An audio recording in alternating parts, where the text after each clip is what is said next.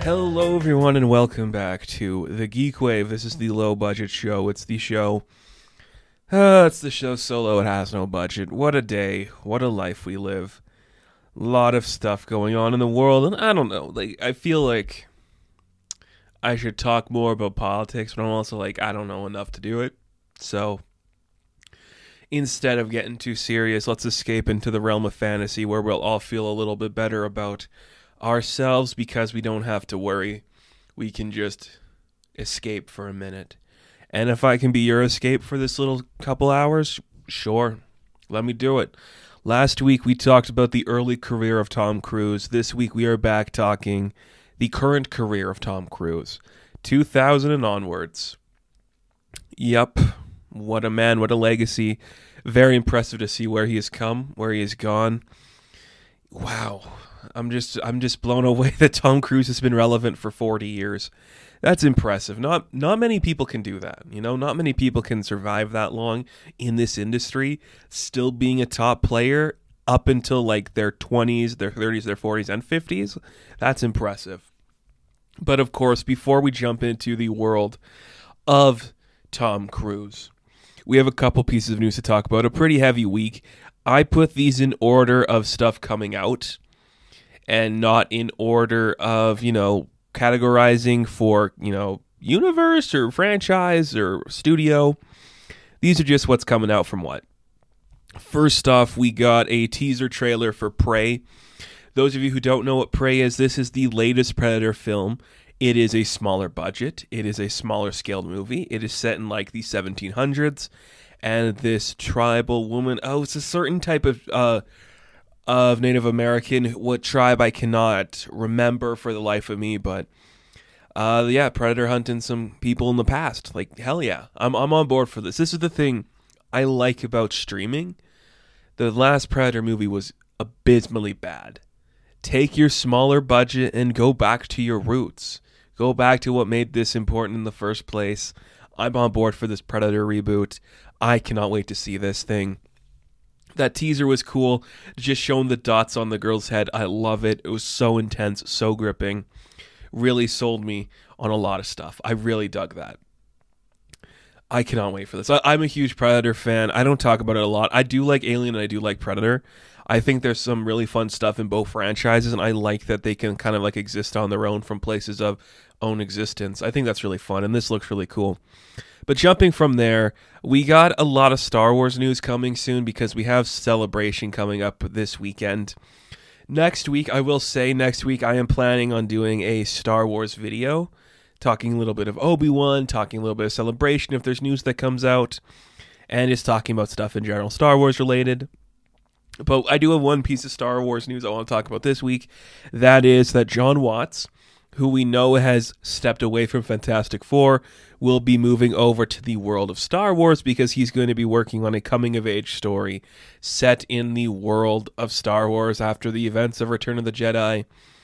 Okay. I am 100% on board if John Watts coming to Star Wars.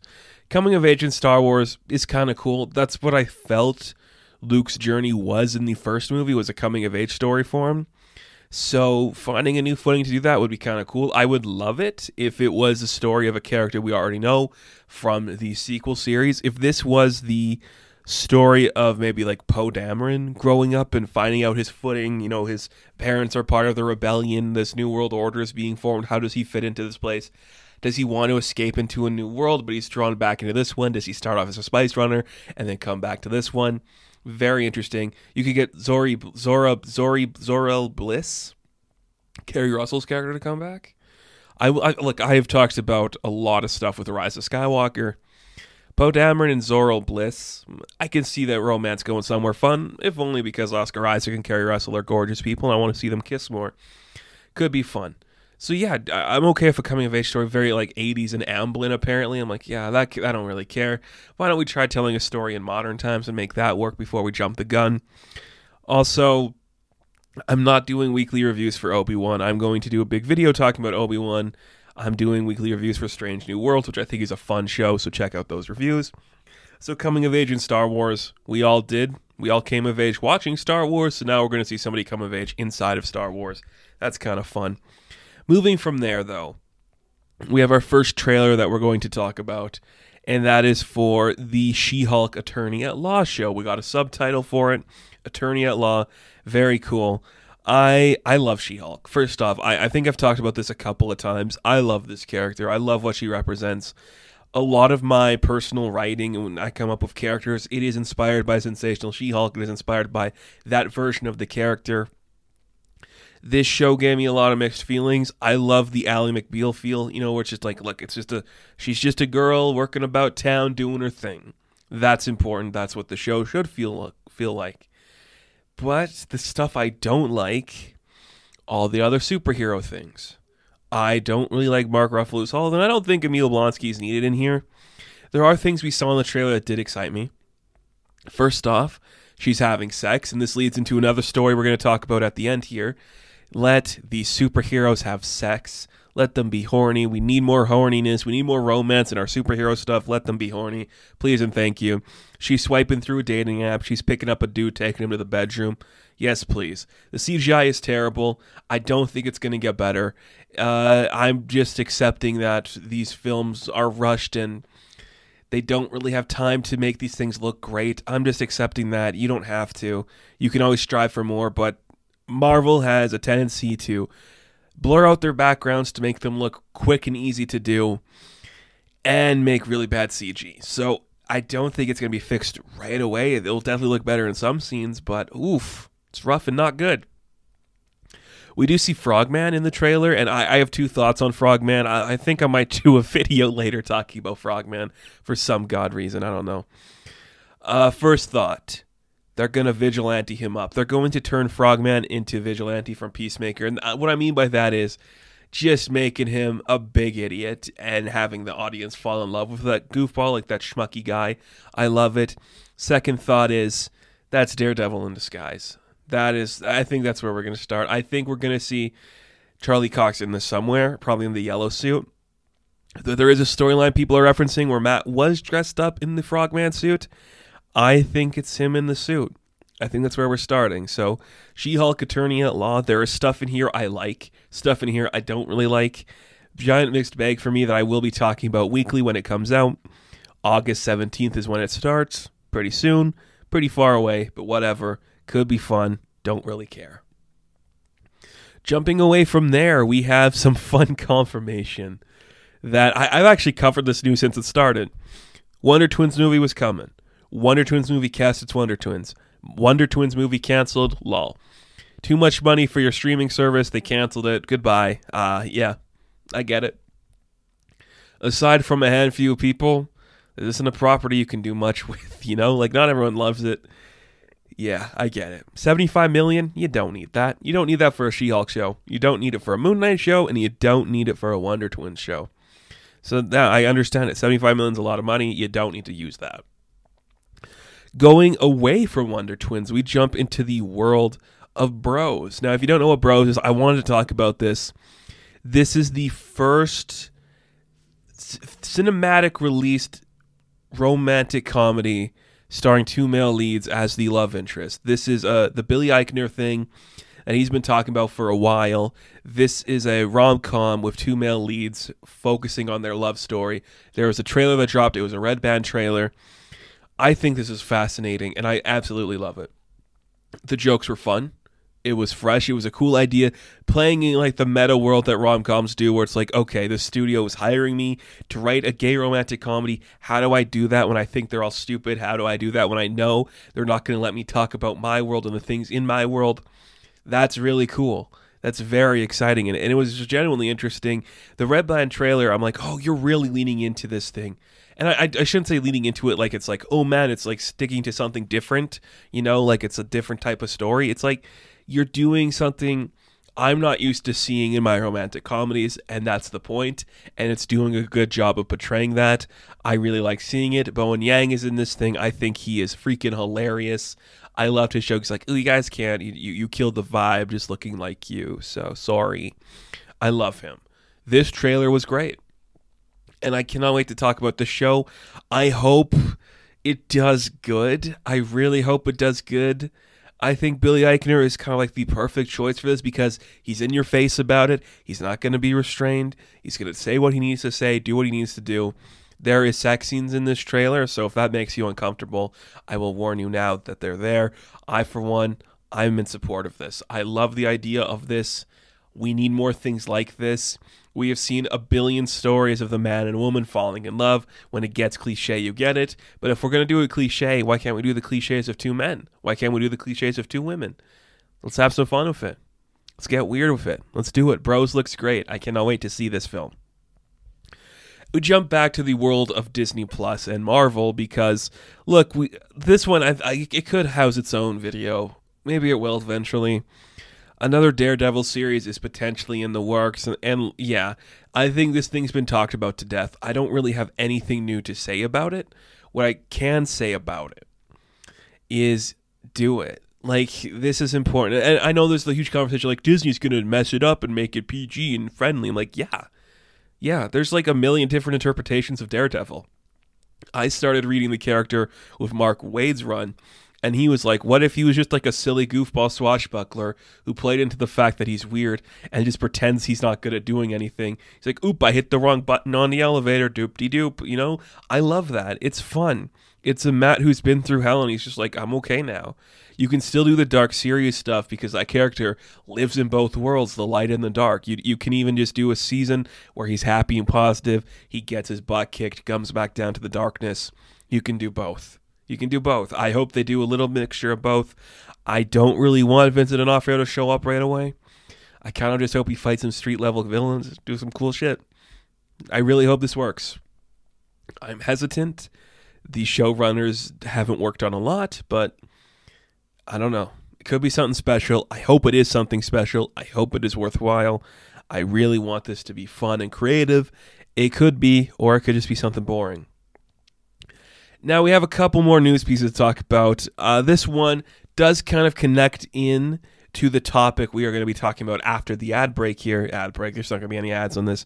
Mission Impossible Dead Reckoning Part 1 got its trailer. I love the Mission Impossible movies. I think is one of the only franchises where it gets better each outing. I don't know how that's possible. 6 movies in where you can start off with a weird 90s thing, go to your weird one in the second one, build and build and build and build. It is super impressive. And this trailer was great. Look, Tom Cruise jumping off a cliff, I support it 100%. Everyone's back doing their thing. Haley Atwell's in here. Did she give him a little kissy? Somebody kissed him. Somebody gave him a kissy. Look, I'm just going to say this, okay? Vanessa Kirby, Haley Atwell, and Rebecca Ferguson in one movie, you are doing something I like. You're doing something I like. I enjoy seeing all those people on screen. I hope we can see more Rebecca Ferguson because she's great. Nobody is doing it like her.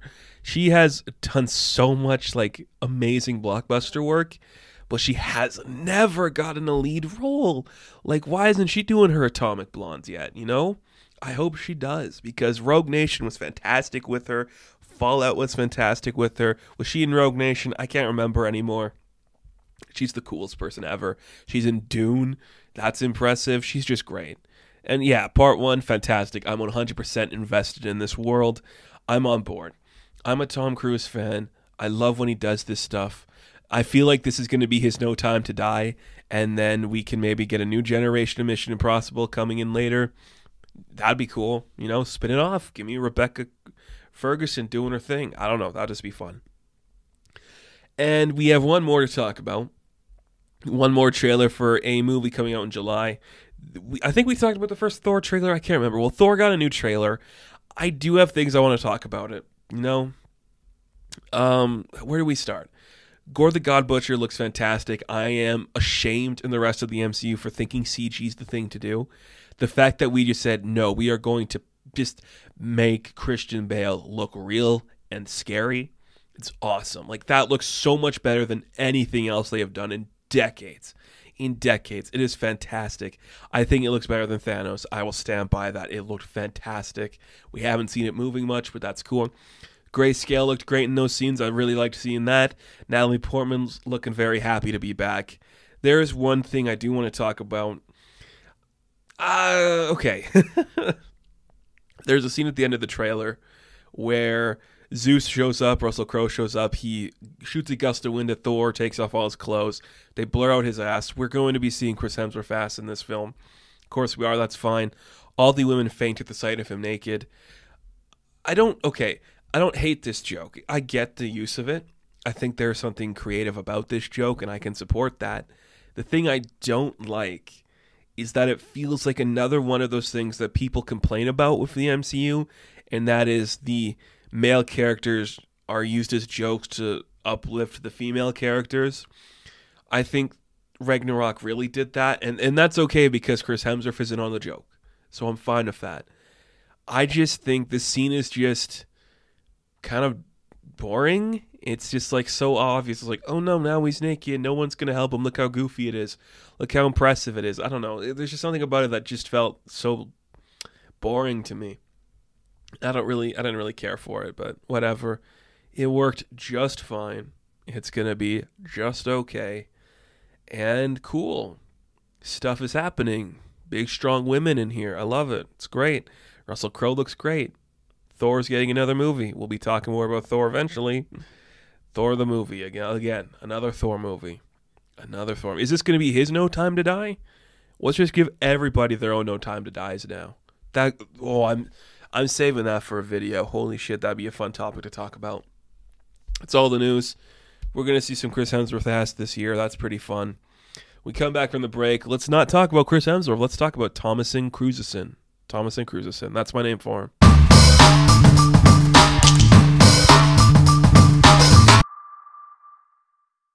So I just kind of want to say before we get into this is amazing. I'm looking at a list here of every film Tom Cruise has done from 2001 to 2018. That's kind of like where he's done everything. Everything after 2018 was like pushed back. I understand that. Everything he did in that time is impressive. Are they great films? Nah. Some of them are pretty bad, but I commend him for consistently making art. Like this is an incredible list of filmmaking achievements, I gotta say. So we ended things on the year 2000 of the last one. Let's jump into 2001. Based on the Wikipedia list, he does a narration for Stanley Kubrick, A Life in Pictures. Fuck Stanley Kubrick. I don't like him. We don't have to talk about that.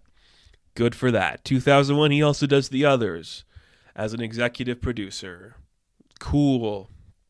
I guess he did not work on that. I don't give a shit.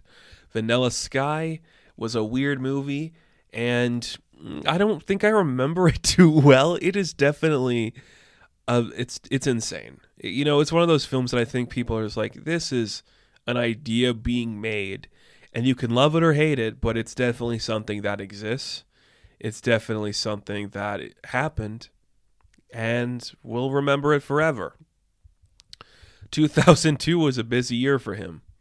He did the narration for Space Station 3D. I have no idea what that means. Is that a movie? Let's look it up right now while we're talking here. Space Station 3D. That's probably just... Oh, it's a documentary. Okay, cool.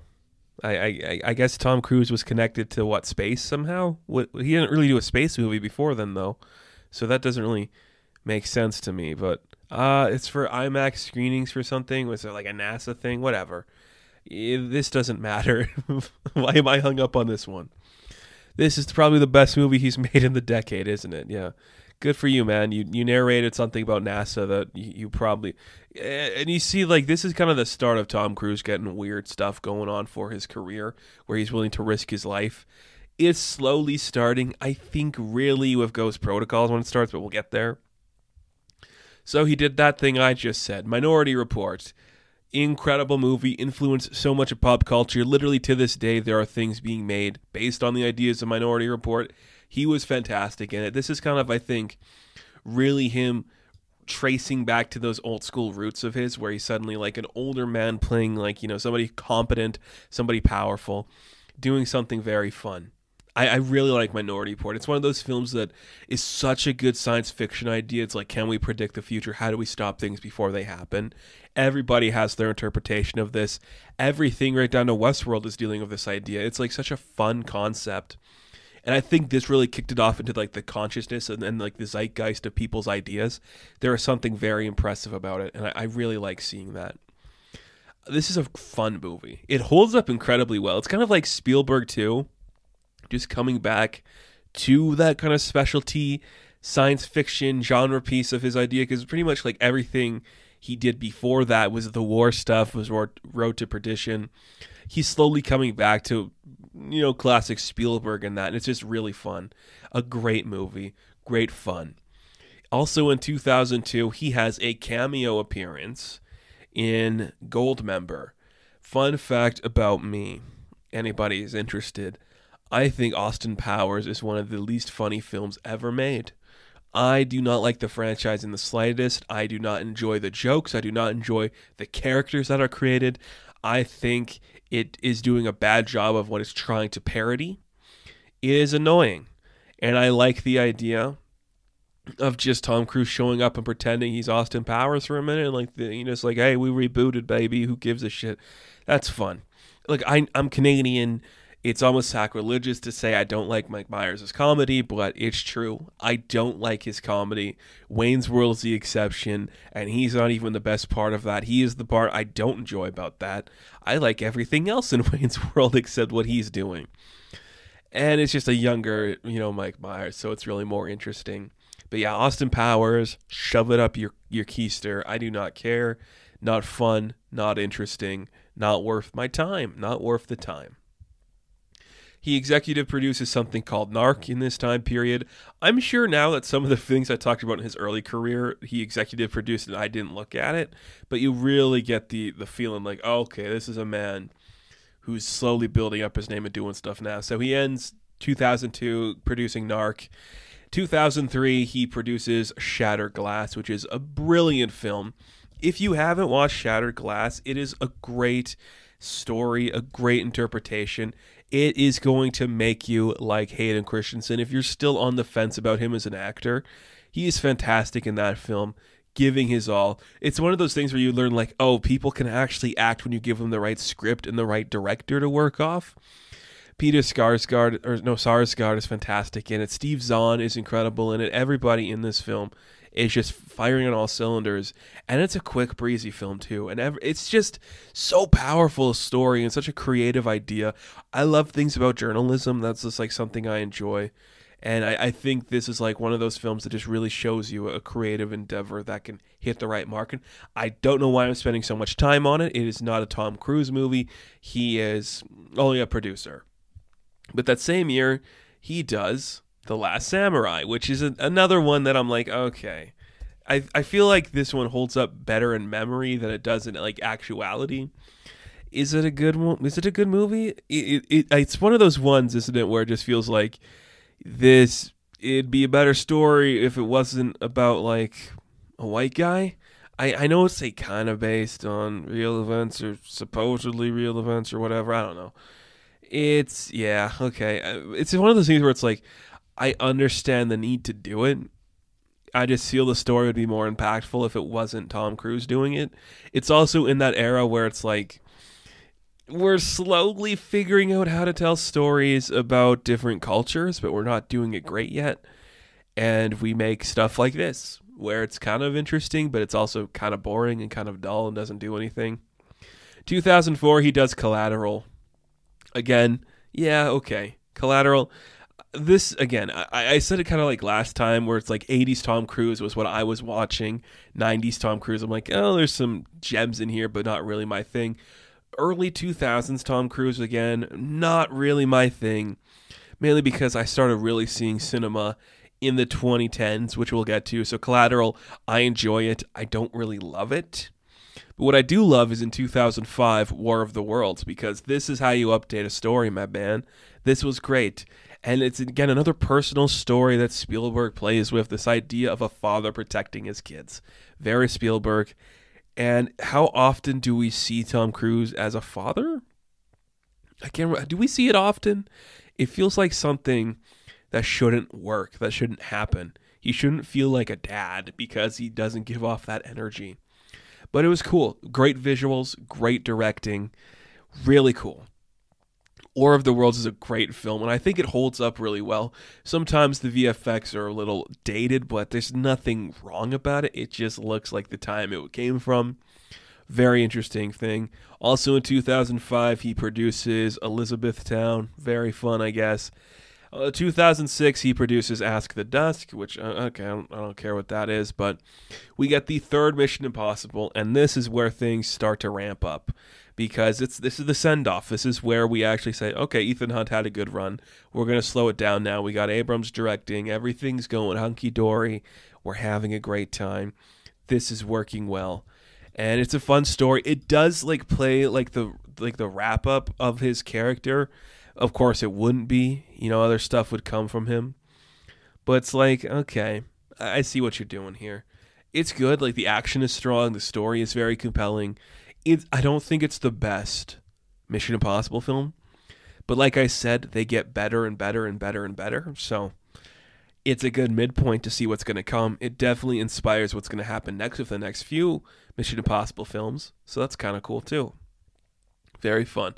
2007, he does Lions for Lambs, which I believe this is the weird one that was directed by Redford, wasn't it? Yes, Redford directed this, inspired by their idealistic professor, Dr. Mallory, to do some meaningful, who gives a shit? Okay, fun. He plays Senator Jasper Irving. I don't think anybody remembers this movie. I doubt it was received well. I'm sure it's a very competent film that no one gives a shit about, and that is pretty much all I have to say on this. I will probably talk about Redford at some point, but this is probably not the video to do it, but cool. Good for you, man. You do you. 2008, when he should have been doing Iron Man, but they wouldn't let him have his face out of the helmet, he does Tropic Thunder, a movie with Robert Downey Jr. as Les Grossman.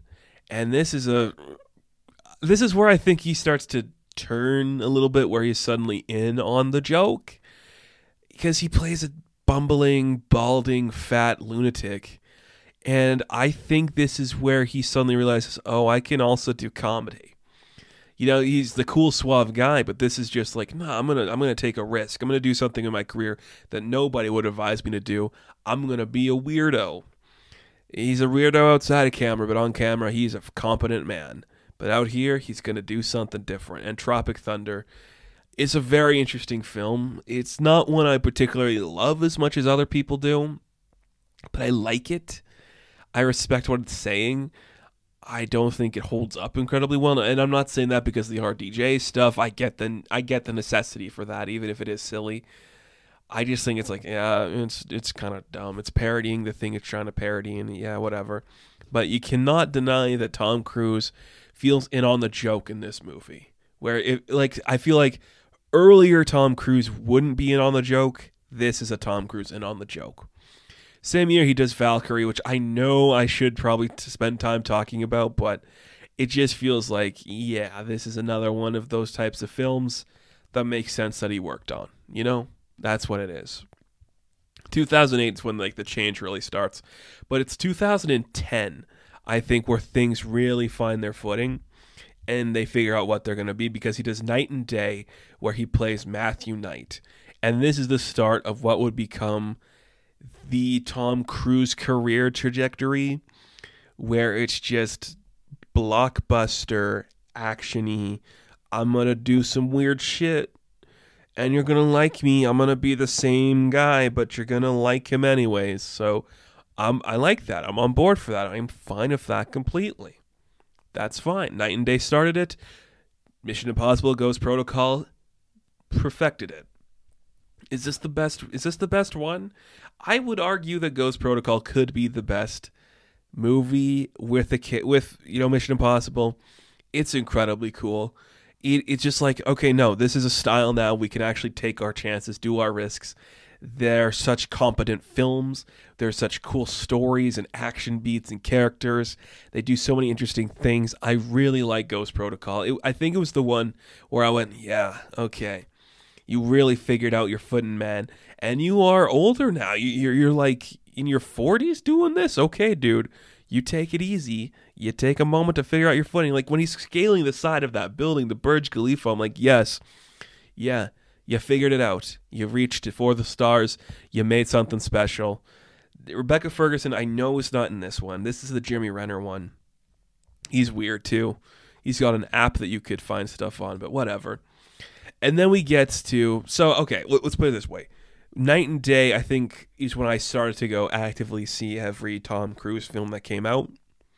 Mission Impossible, Ghost Protocol, I'm like, yep, this is the one for me. I'm on board. I dig it. I dug it. What's going on? 2012, we get a classic film in my household. So I talked about it like when we did Top Gun. That was a film I always knew about. I always watched. It was always in my life. Another one that is always in my life that I have watched frequently. I've listened to the soundtrack to. It is actively being viewed more or less every year in my household with people I know, with family I love. This is Rock of Ages. And this is insane to me because this, again, feels like Tom Cruise in On the Joke. He plays Stacey Jacks, a rock star doing some cool shit. He really leans into the pervy, crazy, drug-fueled endeavor of a rock star, and it's really funny. It's awesome. Like, this is a great parody of like rock stars and the Hollywood lifestyle and rock and roll. I think Rock of Ages is a fun film. Is it the best film? Of course not. It's kind of dumb, but this is it, man. This is just a guy who is like, I'm going to play a silly role. No one's going to believe it's me, man. No one's going to think it's me. He is a singer, right? He does sing in this, right? I cannot, for the life of me right now, remember how he sings and stuff, but I'm just like, yeah, this is it. This is Stacey Jacks, man. That's Tom Cruise. Again, in On the Joke, years after doing, what was it, Tropic Thunder, he is back doing another thing in On the Joke, and it's fun. It's fun. Oh, Rock of Ages is so fun. A great film. Definitely one we'll put in the recommendations when we get there. Same year, he does Jack Reacher as Jack Reacher. Yes, I think there's been... Alan Richardson's Reacher, there's Jack Ryan, there's Jack Reacher. Yes. Generic. This feels just like we have a property, we have Cruise signed on to something, let's do this so we can put him in another Mission Impossible. Jack Reacher, the movie, exists. You can watch it if you want. Does not matter in the slightest. Watch it or don't. Who gives a flying fuck? 2013 is Oblivion, and that is based on a video game, isn't it? This is where I'm like, okay, I see. This was bad. It was so boring and dumb and dense for no reason, and just some really silly science fiction that wanted to be action, wanted to be meaningful, really became neither or nothing. It just didn't find its footing throughout its entirety. Just very boring. Oblivion is just kind of the worst. You know, it's like one of those movies you think you should watch, but it's just like, put on something else. Like Edge of Tomorrow, which is 2014. Because this film slaps. This kind of feels like an apology to him. It's like, no, we got you, man. You want to make one of these cool science fiction films? Okay, well, what about one where we put you in a giant suit, you keep reliving the same day, every time you die, you start back where you started? Yeah, what if we did that? Oh, so good. It's brilliant. It is so fun. They have been talking about a sequel to this forever. It's such a good movie. Like, the action is so intense and gripping. Emily Blunt delivers one of the best performances of her life, and that's saying something because the woman can deliver some great performances. It is so fascinating and so fun, and he is so good in it. Just like, he's kind of just like the dopey guy who kind of finds himself later on, but he's still playing that classic Tom Cruise swagger and doing some great stuff. And it feels very much an apology for Jack Reacher and Oblivion, where it's like, yeah, we're giving you boring roles. You're smart in this one. Not believable because you're 5'7". Oblivion, nobody gives a shit. Nobody watches that. Here's Edge of Tomorrow. You're gripping. You're intense. You're scary. Have fun with it, dude. And he did. And then a year later, he does Mission Impossible Rogue Nation, which is an amazing film with some great action and great sequences. And this is where I think he's like, oh no, I've committed to this. This is my Fast and Furious. The reason I'm not in Fast and Furious is because of this. And good, because he's great. Rogue Nation, I think, had one of the better stories. It definitely played with some really fun stuff. I think just because it falls between Ghost Protocol and Fallout, it kind of becomes forgotten. But it's fantastic. It holds up on its own in some cool ways. I just personally, I don't know. I think Fallout's better. We're getting to Fallout really quick here. But before Fallout, we have some bad shit. The obligatory Jack Reacher sequel, Never Go Back. Okay. Yeah, if you saw this one, I'm sorry. Same thing with 2017's The Mummy. Was it 2017? We can talk about it on Movie Tales? Okay, man. Oh boy, this one, I love them. I love The Mummy. Like the Brendan Fraser Mummy stuff, that's great. The Boris Karloff stuff, oof, that's fantastic. The Mummy's such a cool franchise. Such a cool thing. This is such a bad movie. Like, it is inexcusably bad. It is so forced trying to build its universe. Here's Russell Crowe as Dr. Jekyll and Hyde as Nick Fury. A literal scene where he fights people in it. We are really trying to push this identity for Tom Cruise as the lead of our Mummy franchise in our dark universe. But he's not the Mummy. The Mummy was Sofia Boutella. So what was he? Was he the Van Helsing-esque character? Oh, it was so weird. It really felt like, nah, we need to reboot this. We need to make something with Tom Cruise. What if we just connected these two into something silly? Oh, it was such a bad movie. His name was Nick Morton.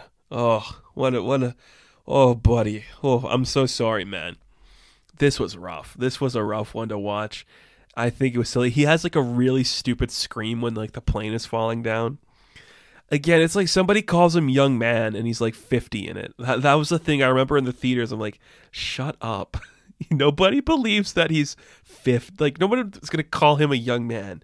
He looks his age. He looks great for his age, but he looks his age. Do not think for a minute he is a young man. It's weird. But also the same year it was American Made, and I thoroughly enjoyed this film. I think this is like a quieter one that not many people talk about because it's in between The Mummy and Fallout.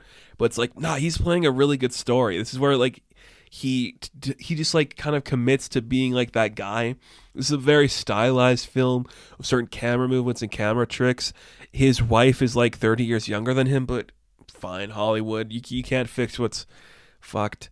But it's just such a classic film, and I think people forget about it, but it's like, no, this one was great. It was quiet, it was cool, a great story about laundering money, about fighting cartels and stuff. It works really well. I really like American Made. Probably, I think, one of his better stuff in the later years, but come on, Mission Impossible Fallout is a perfect film. It, like, great music, great score, great use of Rebecca Ferguson and Henry Cavill and Simon Pegg and Angela Bassett and, my goodness, Tom Cruise in it. He's so good in it too.